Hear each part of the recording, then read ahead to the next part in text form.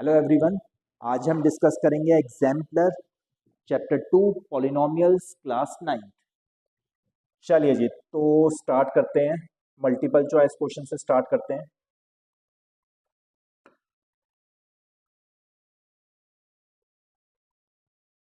तो बेसिक्स आपने स्कूल में भी पढ़े होंगे, मेरे साथ भी आपने डिस्कस किए थे लास्ट टू लास्ट क्लास में। आज स्टार्ट करते हैं पॉलिनोमियल्स।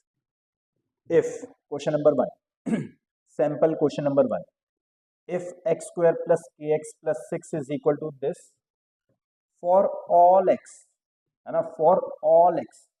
तो हमें के की वैल्यू फाइंड आउट करनी।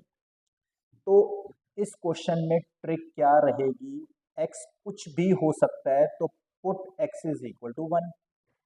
2 पे भी आंसर आएगा, 3 पे भी आंसर आएगा। मैंने सबसे इजी एक्स को 1 लेट कर दिया।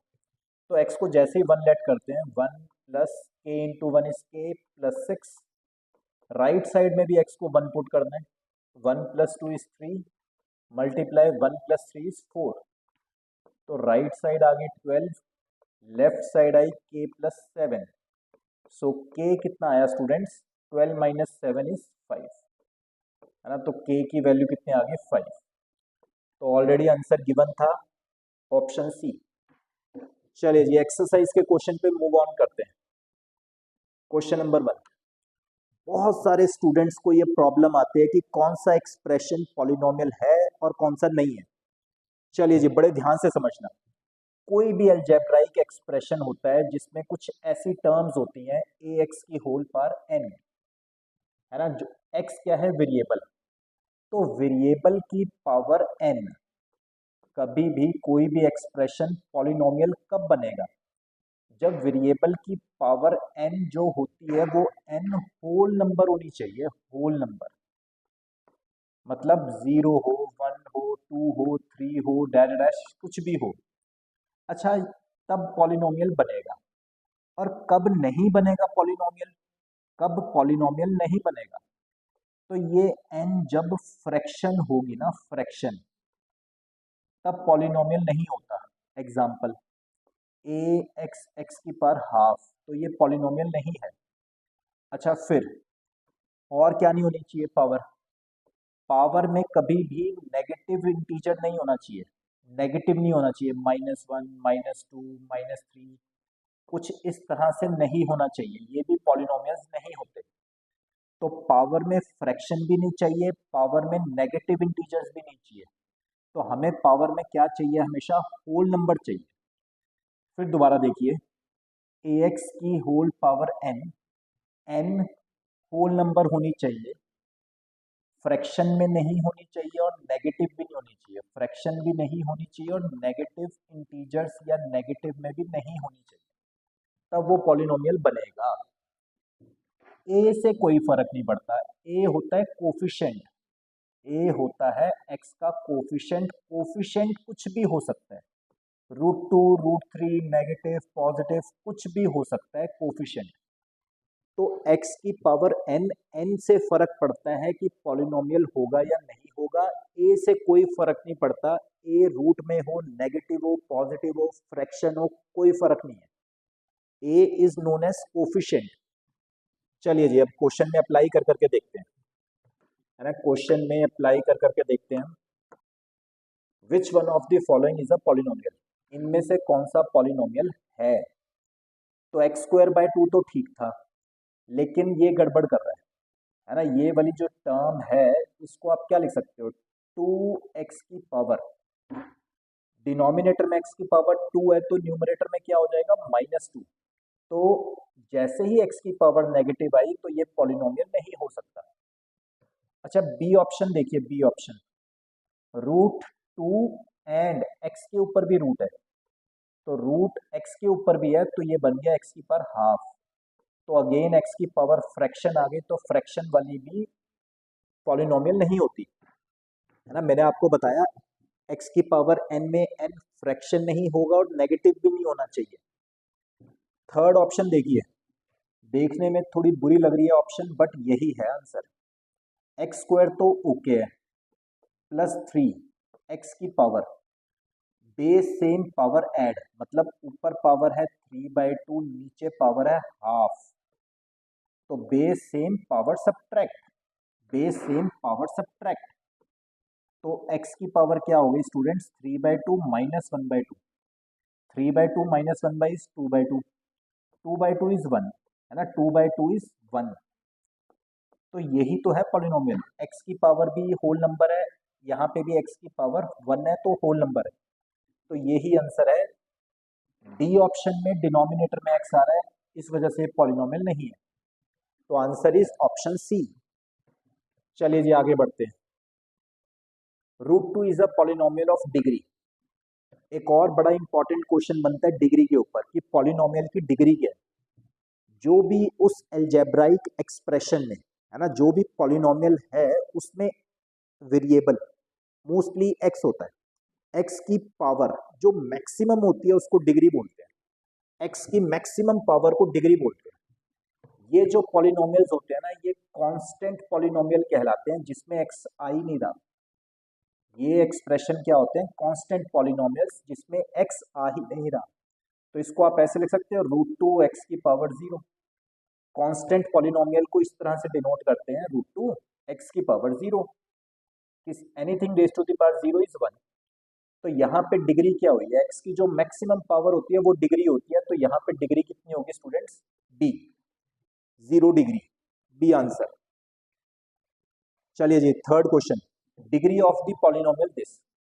तो किसी पॉलिनोमियल में डिग्री कैसे पता लगती है, x की जो मैक्सिमम पावर है वो डिग्री है।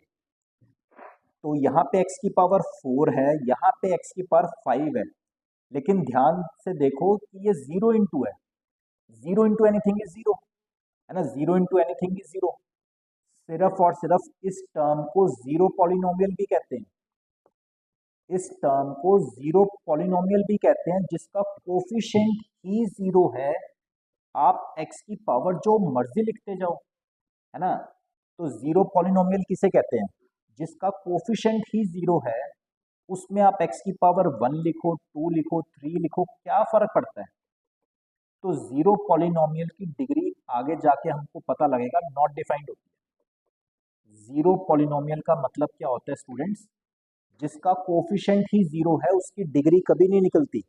आप डिग्री 1 कह लो, 2 कह लो, 3 कह लो, कुछ भी कह सकते हैं, इसीलिए आंसर क्या आता है, नॉट डिफाइंड।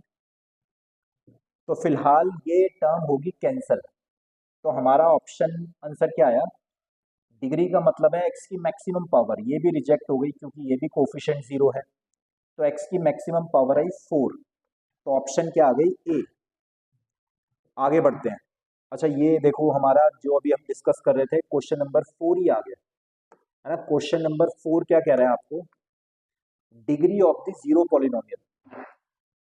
एक पॉलिनोमियल होता है ये वाला जो क्वेश्चन नंबर 2 में था, कांस्टेंट, कांस्टेंट की डिग्री हमेशा 0 आती है। एक होता है जीरो पॉलिनोमियल, जीरो पॉलिनोमियल की डिग्री बताओ, तो 0 जब पहले ही आ गया तो इसकी डिग्री आप 1 लिखो या 2 लिखो या कुछ भी ना लिख पाओ, तो इसको क्या बोलते हैं हम, नॉट डिफाइंड है ना, नॉट डिफाइंड, कुछ नहीं पता 1 है कि 2 है कि 3 है, तो हम इसको क्या लिख के आते हैं हमेशा, degree of the zero polynomial is not defined, defined ही नहीं है।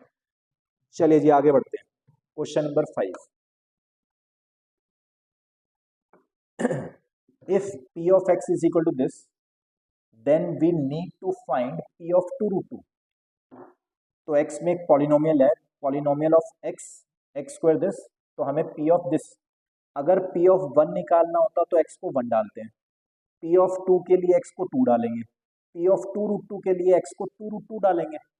चलिए डाल देते हैं, तो x की वैल्यू डालते हैं जी हम 2√2, x की वैल्यू डाली हमने 2√2 का स्क्वायर माइनस 2√2 मल्टीप्लाई x। चलिए यहाँ पे डालते हैं, x की वैल्यू मैंने डाली 2√2 का स्क्वायर माइनस 2√2, देन x की वैल्यू अगेन 2√2 प्लस 1। 2√2 का स्क्वायर कैसे करते हैं, 2 का स्क्वायर इज 4, √2 का स्क्वायर इज 2, तो 4 इंटू 2 इज 8। अगेन दोबारा से देखना, इसको इससे मल्टीप्लाई कर रहे हैं, 2 इंटू 2 तो 4, √2 मल्टीप्लाई कितने 2 है ना, √2 is 2 plus 1, so 8 minus 8 plus 1, इस क्वेश्चन का फाइनल आंसर आया स्टूडेंट्स 1। चलिए जी नेक्स्ट करते हैं क्वेश्चन नंबर 6। नेक्स्ट करते हैं question number 6। The value of the polynomial this, इस पॉलिनोमियल की वैल्यू क्या होगी x इज इक्वल टू -1 के ऊपर। तो जहां जहां x है -1 पुट कर दीजिए। ये तो बहुत इजी क्वेश्चन हो गया, जहां जहां x है वहां वहां -1 पुट कर दीजिए। So this is -5, this is -4 plus 3, तो -9 प्लस 3 इज -6। तो ऑप्शन थी ए। चलिए ये दोनों तो बहुत इजी क्वेश्चन थे, क्वेश्चन नंबर 5 एंड 6। आगे मूव ऑन करते हैं क्वेश्चन नंबर 7। तो अभी तक का बेस्ट क्वेश्चन है क्वेश्चन नंबर 7, बहुत इंपॉर्टेंट। और वो जीरो पॉलिनोमियल वाला क्वेश्चन भी बहुत इंपॉर्टेंट था। कांस्टेंट पॉलिनोमियल जिसकी डिग्री 0 आई थी वो भी बड़ा इंपॉर्टेंट था। चलिए नेक्स्ट क्वेश्चन मेरी तरफ से अभी तक का favourite question. P of x आपको गिवन है x plus 3, then p of minus x क्या होगा। जहां जहां x है वहां वहां माइनस एक्स डाल दीजिए, जहां जहां x है वहां वहां माइनस एक्स डाल दीजिए। 3 को कोई फर्क नहीं पड़ेगा, सिर्फ x की जगह रिप्लेस करना था -x। अब इन दोनों को ऐड करना है, तो p ऑफ x में p of minus x add किया, तो RHS में RHS ऐड किया तो x से -x कट गया। 3 प्लस 3 6, 3 प्लस 3 6। तो इस क्वेश्चन का फाइनल आंसर कितना है students? D option. School teachers का फेवरेट क्वेश्चन है क्वेश्चन नंबर 7, एग्जाम में आएगा ही आएगा। चलिए जी नेक्स्ट करते हैं question number 8। Zero of the zero polynomial, है ना, zero of the zero polynomial. तो जीरो पॉलिनोमियल का जीरो क्या होगा? बड़े ध्यान से, है ना, बड़ा अच्छा क्वेश्चन है ये भी। Zero of a zero polynomial, zero polynomial आपको दिखता कैसा था? जिसमें कोफिशिएंट होता है जीरो, एक्स की पावर जो मर्जी लिखते जाओ, है ना, एक्स की पावर जो मर्जी लिखते जाओ, वो जीरो पॉलिनोमियल होता था। अच्छा, जीरो पॉलिनोमियल में कहते, जीरो पॉलिनोमियल का जीरो क्या आएगा, मतलब कि एक्स को क्या डालूं कि आंसर जीरो आएगा, एक्स को क्या पुट करें कि आंसर जीरो आएगा।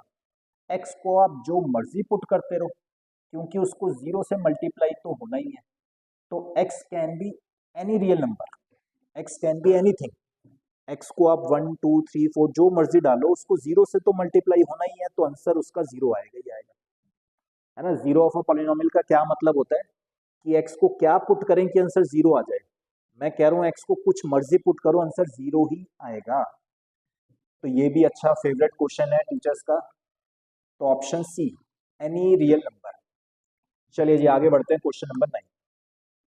Zero of the polynomial, zero of the polynomial, किसी भी पॉलिनोमियल का जब हमें जीरो निकालना होता है तो उसका मतलब होता है उसको उठा के जीरो के बराबर पुट कर दीजिए। तो इस पॉलिनोमियल को जीरो के साथ इक्वेट कर दिया, तो हमें x बताना है क्या होगा। So 2x is equal to -5, x कितना आया जी? -5/2। इन्हीं में से आएंगे क्वेश्चन आपके एग्जाम्स में। टीचर्स पढ़ाएंगे आपको, एनसीईआरटी देंगे एग्जाम्पलर से, RD शर्मा से, RS अग्रवाल से। One of the zeros of the polynomial, इस पॉलिनोमियल के, अच्छा, जितने डिग्रीज होते हैं उतने रूट्स आते हैं। जो x की मैक्सिमम पावर होती है उतनी डिग्री है और उतने जीरोस आएंगे इसके। इस इक्वेशन के जीरोस कितने आएंगे? 2 आएंगे। कहते हैं उनमें से कोई एक बता दो, उन जीरोस में से कोई एक बता दो। चलो जी यहाँ सॉल्व करते हैं। 2x² प्लस 7x माइनस 4, हमें इसका जीरो निकालना है, तो इक्वेट कर दीजिए जीरो से। जब भी किसी पॉलिनोमियल का जीरो निकालना है तो उसको सबसे पहले जीरो से इक्वेट कर दीजिए। फिर स्प्लिटिंग द मिडल टर्म में आपने जरूर सीखा होगा, x का जो कोफिशिएंट आएगा वो सम बनता है, and this into this product बनता है। अब आपको कोई दो नंबर लेट करने हैं जिनका सम 7 और प्रोडक्ट -8 हो, तो 8 एंड 1 दो नंबर हो गए और यहाँ लगा minus. So 2x² plus 8x minus x -4 is equal to 0। इसमें से कुछ कॉमन आ रहा है, तो हमारे मेथड का नाम है स्प्लिटिंग द मिडल टर्म, है ना, स्प्लिटिंग द मिडल टर्म। इन दोनों में से जब भी माइनस कॉमन आता है तो अंदर साइन चेंज होते हैं, तो -x का बन गया +x, -4 का बन गया +4 इज इक्वल टू 0। तो 2x - 1 and x + 4 is equal to 0। So either 2x - 1 is equal to 0 और x + 4 is equal to 0। So either x is equal to -4 और x इज इक्वल टू 1/2। तो दो जीरोस निकालने थे, हमने दोनों ही निकाल दिए। इनमें से देखो क्वेश्चन में कोई गिवन है? हाँ जी, गिवन है B। एक ट्रिक इसमें ये भी है, जब भी आपको पॉलिनोमियल का जीरो निकालना हो, मैंने तो निकाल दिए, अब बाय ऑप्शन भी जा सकते थे। मतलब कि क्वेश्चन में x को 2 डाल दो, क्वेश्चन में x को 2 डाल दो, अगर इसको सॉल्व करके 0 आ गया तो यही आंसर है, नहीं तो सेकंड ऑप्शन में मूव कर जाओ, x की वैल्यू को हाफ डाल दीजिए। अगर x को हाफ डाल के इस पूरे का आंसर 0 आ गया तो यही जीरो ऑफ द पॉलिनोमियल है। x को क्या पुट करें, x को क्या पुट करें कि आंसर 0 आ जाए, तो उसको क्या बोलते हैं, जीरो ऑफ द पॉलिनोमियल। चलिए आगे बढ़ते हैं, क्वेश्चन नंबर 11। एक रिमाइंडर थ्योरम होती है, रिमाइंडर थ्योरम, उसके ऊपर क्वेश्चन है। दो थ्योरम है इस चैप्टर में, remainder theorem and factor theorem. चलिए देखते हैं, दोनों का एक एक क्वेश्चन करके देखते हैं। बहुत इंपॉर्टेंट क्वेश्चन है, question number 11। If this is divided by this then remainder is. तो आपको जरूर ये सीखा होगा आपने मेथड, कि जब किसी पॉलिनोमियल को किसी दूसरे पॉलिनोमियल से डिवाइड करते हैं, इससे डिवाइड करना है, तो x + 1 को 0 डाल दीजिए, x कितना आ गया -1। अब है ना, रिमाइंडर कैसे निकालते हैं, x + 1 जिससे डिवाइड करना है उसको 0 डाल दीजिए, x की वैल्यू आएगी, वो x की वैल्यू यहाँ पुट कर दीजिए। अब जो आंसर आएगा वही रिमाइंडर होगा, है ना, अब जो आंसर आएगा वही रिमाइंडर होगा। तो x की वैल्यू डाली -1, -1 की पावर 51 + 51, -1 की पावर 51 इज -1 + 50, तो 50 - 1 इज 51 है ना, 51 51 - 1 इज 50। तो रिमाइंडर जो ये बचा वो रिमाइंडर है,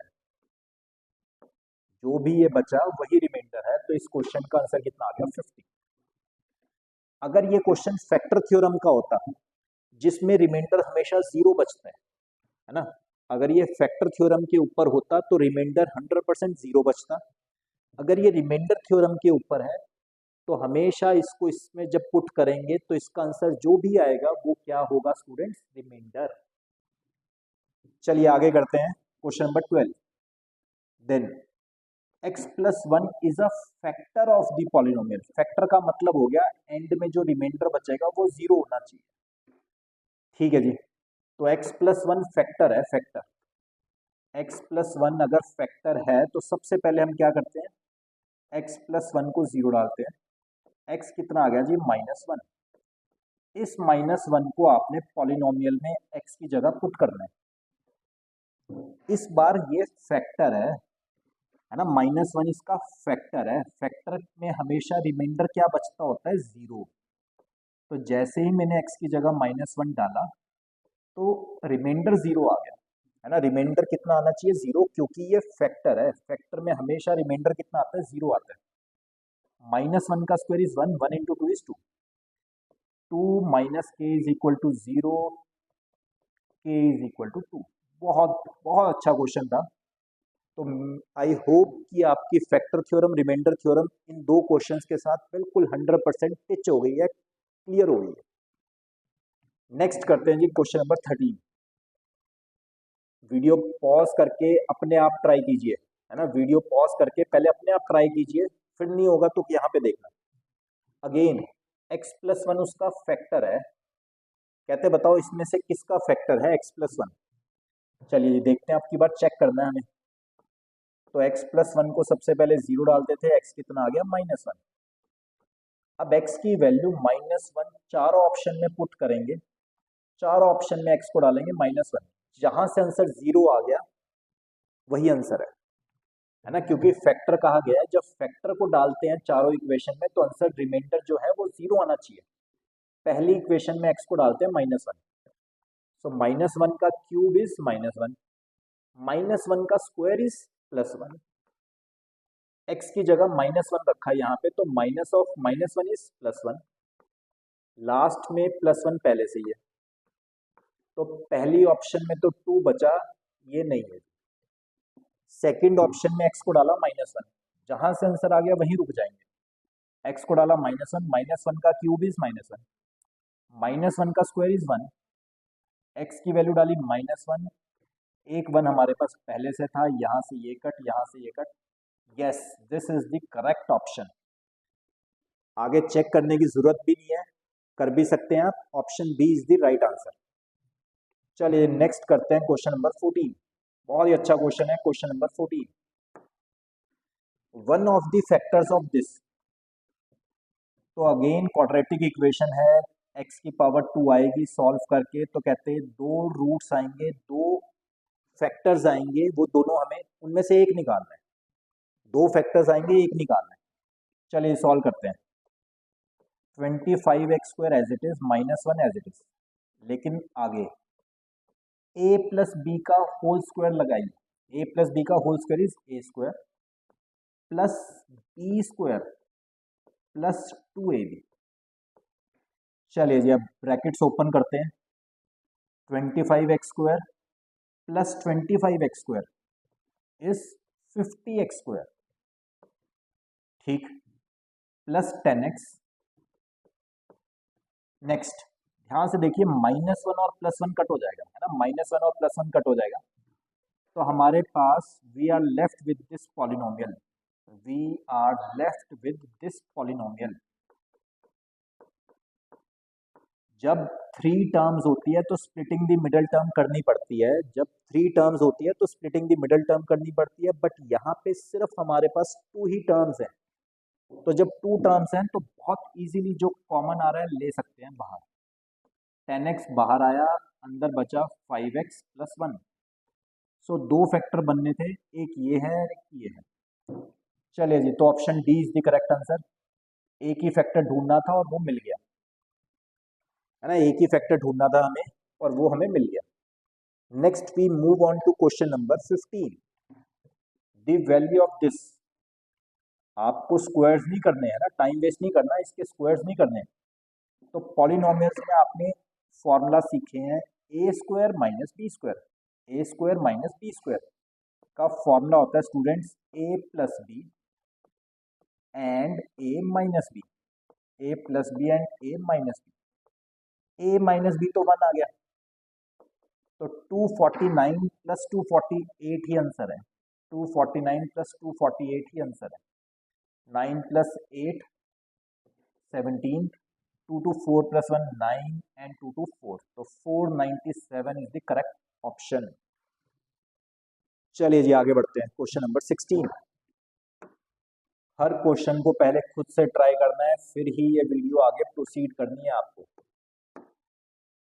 तभी सीखेंगे आप क्वेश्चन, या एंड में रिपीट जरूर करना है, हर क्वेश्चन को रिपीट करेंगे। द फैक्टराइजेशन ऑफ दिस, इसके फैक्टर्स आपको बनाने हैं। सम कितना आना चाहिए 8 एंड प्रोडक्ट कितना आना चाहिए स्टूडेंट्स 4 × 3 12।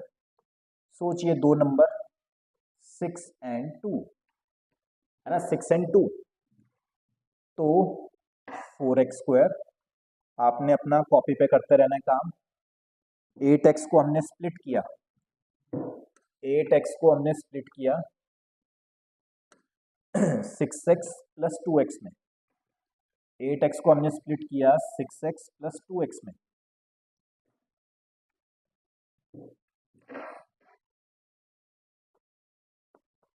प्लस 3, है ना, 4x² प्लस 8x प्लस 3, इसको स्प्लिट किया हमने 2 में, 6 and 2। चलिए देखिए कुछ कॉमन आ रहा है, 2x आया common and we are left with 2x plus 3, plus 1 2x plus 3। चलिए तो 2x plus 1 and 2x plus 3, तो factorisation we are done with 2x plus 1 and 2x plus 3, तो option B is the correct answer.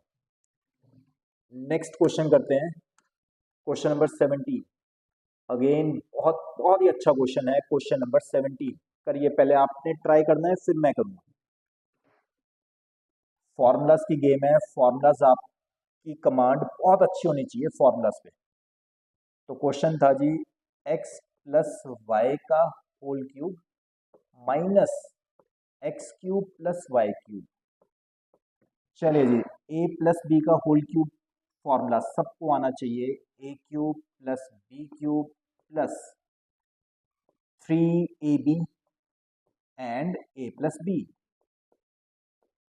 Next minus sign open कर दीजिए, minus x cube minus y cube, जो cut रहा है काट दीजिए,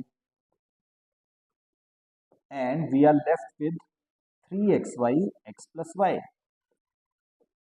ये फैक्टर्स थे, देखिए कुछ मैच हो रहा है तो हमें कहा गया था कि इसके फैक्टर्स बताइए। तो ये देखिए 3xy हमें क्लियरली नजर आ रहा है, एक फैक्टर बन गया जैसे 3xy, other factor is x plus y. तो 3x प्लस वाई हमें 3xy हमें क्वेश्चन में गिवन था। चलिए नेक्स्ट करते हैं क्वेश्चन नंबर 18। बहुत अच्छी एक्सरसाइज है, बहुत इंपॉर्टेंट क्वेश्चंस हैं। The coefficient of x in the expansion. तो x का कोफिशिएंट आपको 1 नहीं लिखना, बहुत सारे स्टूडेंट्स ये गलती करते हैं, x का कोफिशिएंट 1 लिखाते हैं। इसको पहले आपने ओपन करना है, x प्लस 3 का होल क्यूब ओपन करेंगे, a cube plus B cube plus, है ना, a प्लस बी का होल क्यूब का फॉर्मूला क्या होता है students, a cube plus B cube plus 3a square B plus 3ab square. मैंने अब अप्लाई किया, हम अप्लाई कर रहे हैं formula a cube plus B cube plus 3a square into B plus 3a into B का square. So we are left with x cube plus 27 plus 9x square plus 27x। तो x का coefficient कितना आया, बस वही answer है। तो x का कोफिशिएंट कितना आया, 27। चलिए नेक्स्ट क्वेश्चन करते हैं, आज की क्लास का बेस्ट क्वेश्चन, क्वेश्चन नंबर 19, अभी तक का बेस्ट क्वेश्चन। ये आपको गिवन है, करिए करिए करिए, खुद ट्राई करिए और ये आपको निकालना है। पहले खुद से ट्राई कीजिए। अच्छा जी, जो आपको गिवन है उसका एलसीएम लेते हैं, है ना। एलसीएम इज वाई एक्स, ये x यहाँ मल्टीप्लाई हुआ तो एक्स स्क्वायर, सिंपल एलसीएम लिया, ये y यहाँ मल्टीप्लाई हुआ तो y square is equal to -1। So x square plus y square, cross multiply किया स्टूडेंट्स तो ये आ गया x into y. Minus x y को इधर उठा के लेके आएंगे LHS में, तो RHS में आ जाएगा आपके पास 0।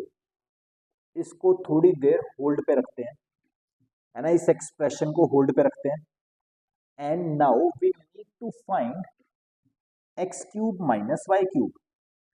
तो a cube minus b cube का फॉर्मूला बताइए, a minus b a square plus a b plus b square. बहुत ध्यान से देखिए इक्वेशन नंबर 1 को, इक्वेशन नंबर 1 के अकॉर्डिंग इस पूरे का आंसर है 0। तो 0 इंटू एनीथिंग इज 0, तो इस क्वेश्चन का आंसर कितना आता है स्टूडेंट्स, 0। बहुत ही जबरदस्त क्वेश्चन था।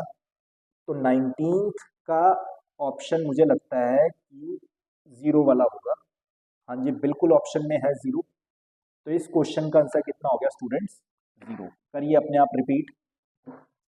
आज का second last question, a plus b a minus b, है ना, a plus b a minus b a square minus b square. तो a square minus b square, तो RHS कितनी आ गई स्टूडेंट्स, 49x² -1/4। और LHS क्या थी, LHS थी 49x² -b। कहते बताओ b की वैल्यू क्या होगी, हमें कहा गया है क्वेश्चन में b की वैल्यू क्या होगी। सो दिस से दिस कट, माइनस से minus cut, so b comes out to be 1/4। इस क्वेश्चन का करेक्ट आंसर क्या था स्टूडेंट्स, ऑप्शन सी। चलिए जी आज का लास्ट क्वेश्चन, बहुत ही अच्छा क्वेश्चन, बहुत कॉमन क्वेश्चन, हर स्कूल में आता है, हर एग्जाम में आता है। Question number 21, if a + b + c 0 है तो ये हमें निकालना है। एक फॉर्मूला आपको याद होगा सबको, a³ + b³ + c³ -3abc is equal to a + b + c, a² + b² + c² -ab -bc -c। Polynomials का बिल्कुल हॉट फॉर्मूला है, ये बहुत यूज होता है, बहुत इंपॉर्टेंट है। तो a + b + c हमें गिवन है कि 0 है ना, बड़ा ही स्पेशल सा फॉर्मूला है पॉलिनोमियल्स के अंदर, ये 0 है। 0 into anything, 0 into anything is 0, ये पूरा एक्सप्रेशन क्या हो गया, 0। So we are left with a³ + b³ + c³ is equal to, है ना, RHS में क्या है students, 0। So 3abc goes into RHS। इस क्वेश्चन का फाइनल आंसर भी यही है, 3abc। चलिए जी वीडियो अच्छी लगी लाइक ज़रूर कीजिएगा, अपने फ्रेंड्स के साथ शेयर ज़रूर कीजिएगा, सब्सक्राइब कर लीजिए हमारा यूट्यूब चैनल सिंपल पढ़ाई। Thank you guys, thank you so much, God bless you all.